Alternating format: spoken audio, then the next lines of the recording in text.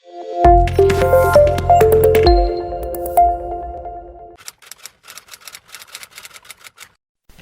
nagaa jirtu an Dirribaa Yaleen jedhama. Har'as egaa barumsa keenya giraamerii afaan Ingilizii yookaan seerluga afaan Ingilizii mata duree waliigalaa English Grammar Explained in Afaan Oromoo isa jedhuun walitti deebinee jirra. Egaa hangammaatti mata dureedhuma kana jalatti barumsa kutaawwan adda addaatti qoonnee walii wajjin ilaalaa jirra. Keessumaa Parts of speech mata duree guddaa jedhu jalatti qabxiiwwan 8 adda addaa akka jiran ilaallee isa keessaa waa'ee naawonii barannee darbinee amma waa'ee pronaawonii eegallee jirra. Waa'ee pronaawonii keessaa hangammaatti mata duree 2 ilaallee har'a gaasa sadaffaadha. Innis immoo mata dureen keenya isa interrogative pronoun jedhudha jechuudha. Mata dureen barumsa keenya egaa English Grammar Explained in Afaan Oromoo jedha. Waa'ee parts of speech ilaalaa jirra. Namoonni hangammaatti barumsa kana hin hordofuudhaaf carraan argatin jirtan YouTube irra deemtanii maqaa YouTube chaanaalii Dirree Afaan Tube isa jedhuuni ilaaluu dandeessu jechuudha. Egaa rakkuman seensarratti eeruudhaaf yaale barumsi keenya guyyaarraa waa'ee interrogative pronouniti jechuudha. Kallattiidhumaan gara barumsa keenyaatti seennee yoo ilaalle interrogative pronoun eenyu fa'ii isaaniin akaakuu isaanii ilaallaa. Hojiin isaanii immoo maaloodha akkamitti dhimma itti baane pronaunota kanaasa jedhu immoo ilaallaa jechuudha. Egaa amma interrogative pronouniin akaakuun isaanii eenyudha? Baay'inni isaanii 5. Baay'inni lakkoofsaan 5 isaan immoo eenyu fa'i? Who, whom, whose, which fi zaatiidha jechuudha. Baay'inni isaanii 5. Jarreen kun karaa gara biraa WH pronouns jedhamanis hin beekamu. Sababiin isaa qubeen isaanii inni jalqabaa lamaan WH'n eegala waan ta'eef jechuudha. Maaliif immoo nu gargaaru? Gaaffii gaafachuudhaaf ibsuma isaarraa akka arginu used to ask questions about a person or object jedha. Waa'ee namaa ilaalchisee yookiin immoo objectii yeroo jennu immoo gawaama tokko lama duwwaa utuu hin ta'in isa jalas akkaataa hedduudhaan waa'ee wantoota baay'ee gaafachuuf nu gargaaruu danda'u jarri kun waan ta'eef hanga danda'ametti sentensoota itti fufanii fakkeenyaaf ilaallu keessattis arguu dandeenya jechuudha. Kanaaf interrogative pronouniin baay'inni isaanii 5 akka ta'e WH questions jedhan immoo akka beekaman akkasuma karaa kan biraa immoo 5 kana keessa warri jalqabaa lamaan whoodhaaf whomiin waa'ee namaa gaafachuuf akka gargaaran hubachuunis gaariidha. Itti fufnee mee tokko tokkoon yoo ilaalle immoo isaan keessaa isa jalqabaa who isa jedhu yoo ilaalle used to ask questions about the person who is doing the action or the subject of the sentence. Who kana sentencii tokko keessatti bifa gaaffiin yeroo itti baanu dhimma itti baanu jalqabarra dhufee maqaa yookaa subjectii ta'eeti kan inni hojii hojjetu. Nama sentencii sana keessatti waa hojjechaa jiru doer of the action isa jennu ta'eeti kan inni hojjetu jechuudha. Fakkeenyaaf who is knocking at the door? Amma bakka kanatti eenyutu balbala rukutaa jira? Qaama waan san hojjechaa jiru gaaffii gaafataa jechuudha. Sun immoo subjectii ta'a jechuudha. Kanaafuu bakka kanatti jalqabarra yeroo dhufu subjectii ta'ee dhufee jechuudha. Who is your Afaan Oromoo teacher? Barsiisaan Afaan Oromoo keessanii eenyudha? Barsiisaan jechi jedhu kuni gaamma huunni jedhu barsiisaa bakka bu'a waan ta'eef iddoo kanatti innis maal ta'a? Subjectii ta'a yookaan immoo namni hojii sana hojjechuudhaaf gaaffiin waa'ee isaatiif gaafatame subjectii sentencii kanaa ta'a jechuudha. Who told you that he is a liar? Akka inni sobaate eenyutu sitti hime? Who eenyutu sitti hime? Namni hime sun, namni dubbate suni sentencii kana keessatti subjectii ta'a jechuudha. Amma who pronounii jedhamu, pronouniin who jedhamu kun sentencii tokko keessatti yeroo bifa gaaffiin dhimma itti baanu singulaaris pluraalis ta'uu danda'a. Wanta xiqqoos waan leexaas yookaan wanta pluraalii ta'es ittiin ibsuu dandeenya jechuudha. Fakkeenyaaf who was she talking to? Isheen eenyutti haasa'aa turte?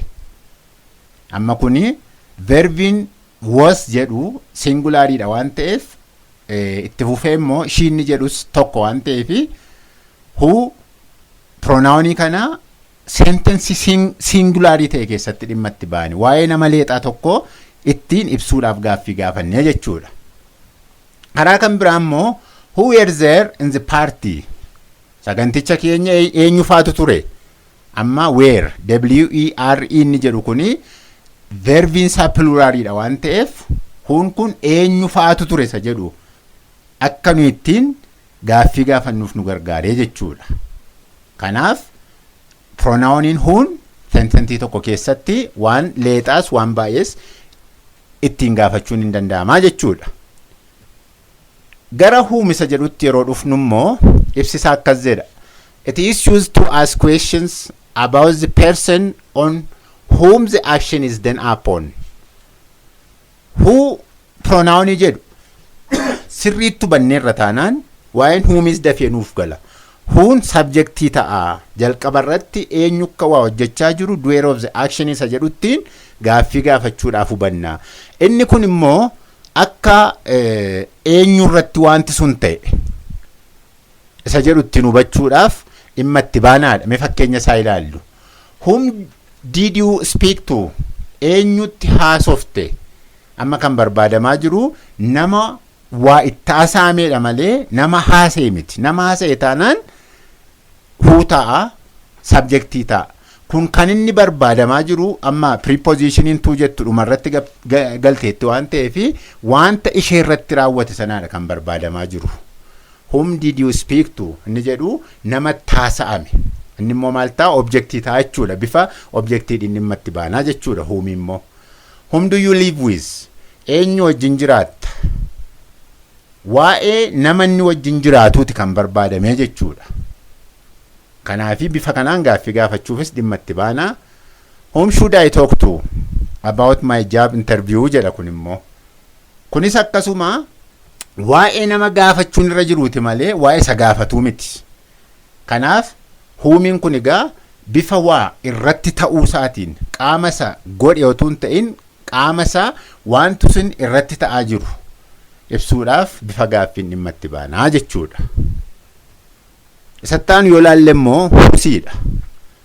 Ibsa isaa gaa akkuma sakaanii akkuma arguu dandeenyu used to ask questions about people, objects or animals always related to possession or ownership. Pronouniin whose jedhu kun immoo qabiyyee argisiisa yeroo hundumaa. Kan namaas haa ta'u, kan objectootaas haa ta'u, kan things, kan animals wantoota garaagaraattiin ibsuuf isa gaafannu qabiyyee wayittiin ibsuudhaaf pronounii nuti dhimma itti baanuudha. Fakkeenyaaf whose parents are those? Amma iddoo kanatti baay'ee sentensiin kun waan pluraalii ta'e ibsa. Achumaan immoo isaan sun maatii eenyuuti? Kan inni qubatti qabe yookaan eeree dubbachaa jiru maatiin jiru isaan immoo maatii eenyuuti jechaa jira jechuudha. Kanaaf husiin kan eenyuuti? Possession yookaan ownership mul'isaa jira jechuudha bifa gaaffiitiin pronouniin whose jedhu. Amma immoo whose phone is that? Bilbilli sun kan eenyuuti? Amma bilbilli tokko selfooniin ta'e tokko jira jennee haa yaannu kan eenyu akka ta'eeti gaafachaa jira jechuudha. Qabiyyee mul'isa. Whose turn is it to make the coffee? Buna danfisuun dabaree eenyuuti jedhee gaafachaa jira. Amma dabaree eenyuuti? Hojii eenyuuti? Dabaree eenyuuti? Kan eenyu? Isa jedhu akkuma ibsa gaarraa keessatti dubbannee dabarree isa ibsaa jira jechuudha. Whose dog is this? Sareen kun kan eenyuuti? Kanaaf amma salphaalumatti whose pronouniin jedhu maal mul'isa jechuudha? Qabiyyee mul'isaa jechuudha. Possession yookaan ownership wanta tokko kan namaas ta'uu danda'a, waa'ee objectootaas ta'uu danda'a, waa'ee bineensotaaf ta'uu danda'a jechuudha. Qabiyyee mul'isa. Itti fufnee pronounii which isa jedhu yoo laalle immoo ibsuma isaarraa akkuma arguu dandeenyu used to ask questions about people or objects. Gaaffii waa'ee namaa yookaan waa'ee wantoota garaagaraa gaafachuudhaaf gargaara tokko. Itti fufee choosing from a limited number of subjects or people. Gaaffii gaafachuuf dhimma itti haa baanu iyyuu malee yookaan faayidaan isaa gaaffii gaafachuuf haa ta'u iyyuu malee wanta baay'ee keessaa tokko filachuu yookaan immoo waa'ee tokko gaafachuudhaaf dhimma itti baana. Wanta baay'ee keessaa tokko filachuu yookaan gaafachuudhaaf dhimma itti baanaa jechuudha. Fakkeenyaaf which of these ladies is your sister? Amma shamarran baay'een jiru. Shamarran kana keessaa obboleettiin kee ishee kamii jennee gaafanna. Kana gochuudhaaf pronouniin kun waa baay'ee keessaa tokko isa gaafataman filachuudhaaf. Garuu wanti beekuun nurra jiru yeroo bifa sentensiin bifa barreeffamaan keenyu inni nuti keessaa filannu baay'ee ta'utu irra jira. Which of these ladies? Thisiin THESin pluraliidha. Ladiesiin pluraliidha. Inni nuyi filannu tokkichi garuu singulaarii ta'utu irra jira. Fakkeenyaaf hiriyoota koo keessaa tokkotu natti hime yeroo tokko namoonni yeroo dhimma itti ba'anii one of my friend hin jedhamu one of my friends hiriyoota koo keessaa tokko friendsiin keessaa filanna waan ta'eef yookaan keessaa waa'ee isa tokko dubbachaa jirra waan ta'eef pluraalii ta'utu irra jira jechuudha. Akkasuma which of these ladies inni nuyi keessaa filannu baay'ee inni nuyi filannu immoo leexaa ta'ee barreeffamuu danda'utu irra jira. Which would you prefer? Coffee or tea? Kun immoo bunaaf shee keessa ibsa isaa keessatti maal jennee keessaa filachuu jenne miti. Kanaafi buna moo shaayee filatta isa kamsii wayyaa jennee akka gaafachuu wayiiti. Fakkeenyaaf yoo namni keessummaa mana keenya dhufe yookaan nama feerra ta'e isa kam filatta? Bunaaf shee keessa yeroo akka namni filatu barbaadnu gaaffii kanatti dhimma ba'uun hin danda'ama jechuudha. Kanaaf pronouniin whichiin waa filachuu waa lama keessa yookaan waa baay'ee keessaa tokko filachuu dhimma itti baana gaafachuuf dhimma itti baana jechuudha. Which of the following questions is correct? Amma kun yeroo baay'ee egaa barattootaaf isa kaan caalaa hubatamuu danda'a. Sababiin isaa mana barumsaatti qormaata keessatti mata duree yookaan gaaffii bal'inaan hojiirra ooledha waan ta'eef which of the following questions gaaffiiwwan keessaa gaaffiiwwan itti aananii itti buufanii jiran keessaa isa kamtu sirriidha.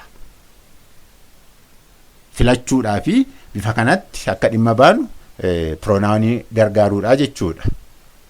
Which author do you like the most? Amma immoo barreessitoonni baay'een jiru. Barreessitoota keessaati garuu isa kamiin caalaa jaallatta? Kan inni gaafate waa'ee barreessaa tokkooti. Which author? Which of the authors hin jenne warra baay'ee keessaa tokkotu hin ta'in tokko isuma kam jaallatta warra baay'ee keessaa akka jechuu wayiiti kun. Kanaafi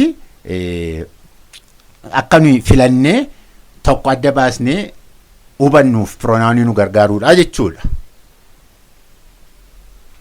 Amma gaa pronounota sila maqaa dhoofne shanan keessaa lama bakka ol bu'anii dhimmatti bakka ol buusnee dhimmatti ba'uu dandeenya. Which and what can be used interchangeably?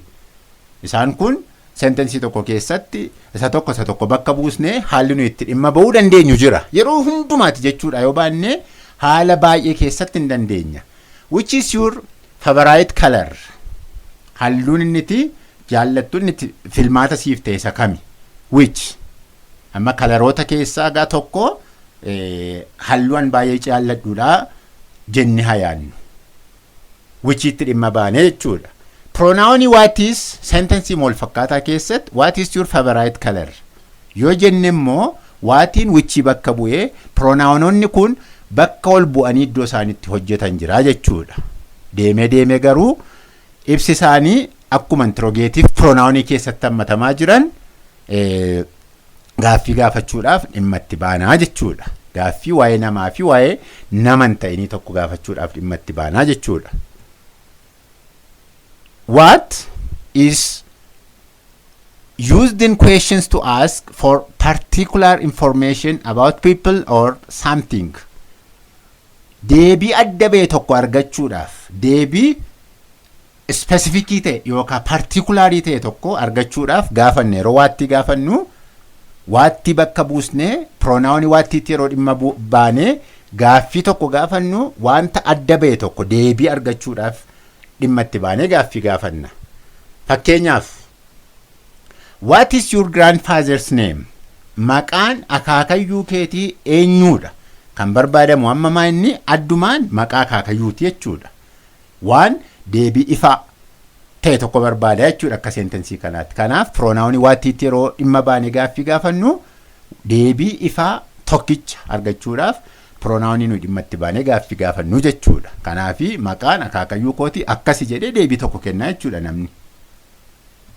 Lammaffaa irratti what are your plans for tomorrow?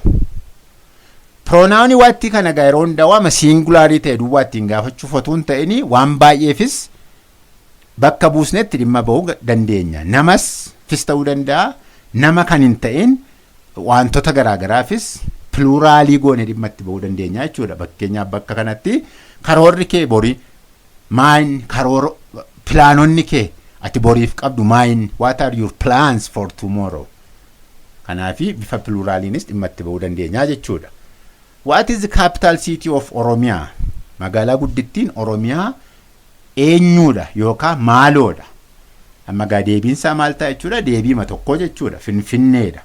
Isa jedhu ta'a jechuudha. Kanaaf pronoun watiitti yeroo dhimma baanee namaafis nama kan hin ta'iniifis yeroo dhimma itti baanu deebiinsaa wanta adda ba'ee beekamaa ta'e tokkottiin hubachuudhaafi jechuudha. What grade are you? Kutaa meeqaffaa barattaa? Namichi yookaan barataan gaafatamu kuni kutaa isaa adda baasee tokkumatti himaa jechuudha. Bifa kanattis akkuma sakaaniitti hubachuun hin danda'ama. Egaan barumsi keenya guyyaa irraa waa'ee interrogative pronoun ilaalchisee hangammaatti kan jiru fakkaata. Waan hordoftaniif fayyaa ta'a. Barumsa kana yoo jaallattaniittu ta'ee egaa subscribe yoo gootan namoota barattoota bira ga'uu danda'a. Dhaloota gargaaruu danda'a. Yoo share godhattan bakka inni jirutti like yoo gootan nama bira ga'ee akka namooti dhimma itti ba'anitti bifa kanaan yoo dhimma itti baatan isin afeeruun jaalladha. Kan guyyaa irraa barumsi keenya amma kan ture fakkaata. Waan hordoftaniif fayyaa ta'a. Yeroo itti aanu waa'ee relative pronoun ilaalla. Relative pronouniif interrogative pronouniin baay'ee wal fakkaatu. Akkaataa itti dhimmi ba'uu keenyaa garuu baay'ee hordoffiidhaan gadi fageessine hubachuu barbaada. Yeroo itti aanu immoo waa'ee relative pronounii walii wajjin ilaallaa. Hangasitti hanga deebinee wal arginutti nagaan turaa.